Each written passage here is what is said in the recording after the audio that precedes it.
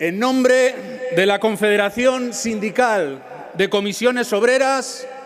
quiero trasladar una calurosa y fraternal felicitación por su centenario al Partido Comunista de España. Un centenario que llega en un momento oportuno, porque en nuestro país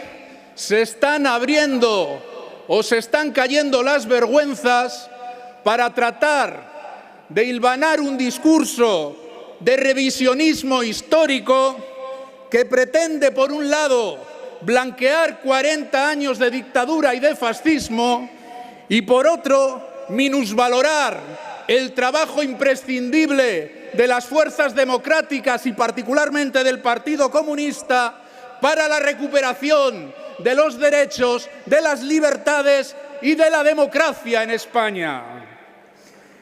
En esta desvergüenza se llega a frivolizar sobre quién ha estado en cada momento en el lado correcto de la historia.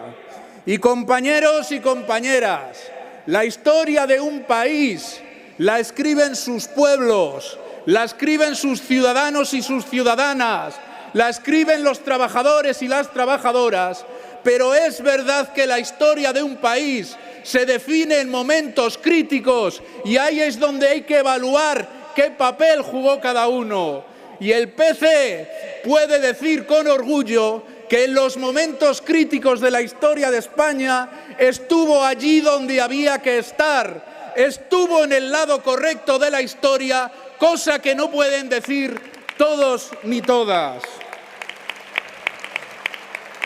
Quieren caricaturizar lo que supuso en España el periodo de la Segunda República. Compañeros y compañeras, la Segunda República no solo fue un proyecto político emancipatorio de las mayorías sociales, fue también un proyecto de modernización del país, fue un proyecto político ilustrado en un país que nunca tuvo una revolución ilustrada y en aquella conformación de mayorías para fortalecer a la Segunda República, el PC estuvo donde tuvo que estar. De la misma manera que después del golpe reaccionario del 36 y después de esos 40 años de dictadura, en la lucha por las libertades democráticas, en la clandestinidad, fueron miles de militantes comunistas también quienes pusieron en jaque al régimen franquista. Fueron parte de la génesis de las propias comisiones obreras. No hay que olvidar que en la recuperación de la democracia, en esa transición que a veces se ha querido edulcorar y simplificar, fue también la militancia de los demócratas, particularmente de las personas comunistas de nuestro país, fue la lucha de la clase trabajadora más concienciada la que aceleró y la que sacó del carril el primer proceso de transición liderado por Arias Navarro. Que no nos vendan la transición y la democracia en España como un pacto de élites. Fue empujado desde la calle. La democracia en España no se entiende sin los abogados de Atocha, sin Pedro Patiño. La democracia en España no se entiende sin los muertos de Vitoria, sin los asesinados en la huelga de la construcción de Granada. La democracia en España no se entiende sin leer los archivos del TOP y ver quién estaba en las cárceles y ver quién estaba siendo torturado y torturada. El lado correcto de la historia, la generosidad de entender que el país se tenía que reencontrar para tratar de llegar a un sistema democrático equiparable al de otros países, con sus déficits, con sus insuficiencias, como toda transición tan condicionada por aquellos poderes fácticos, pero que no nos cuenten la historia de otra manera, que no nos cuenten milongas, porque Franco murió en la cama, pero su dictadura murió también en las calles, producto de la lucha de los trabajadores y de las trabajadoras más concienciadas y particularmente de la militancia clandestina del Partido Comunista de España.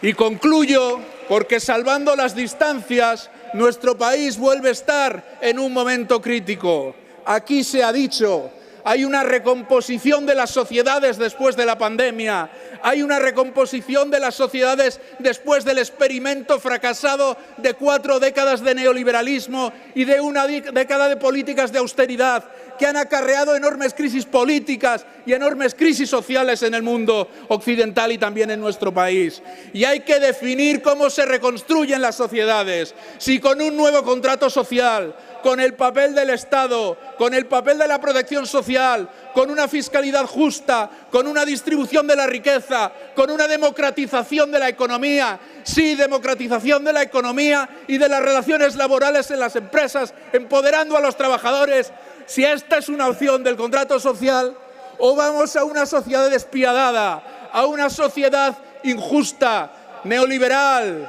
hedonista, narcisista, donde puedan los que más tienen, donde puedan los privilegiados, o vamos a esa sociedad, insisto, del nuevo contrato social del siglo XXI. No me cabe ninguna duda que otra vez en esta disyuntiva histórica el PC va a estar donde hay que estar, en el lado correcto de la historia. Muchas gracias, compañeros y compañeras. ¡Viva la clase trabajadora! ¡Viva el Partido Comunista de España!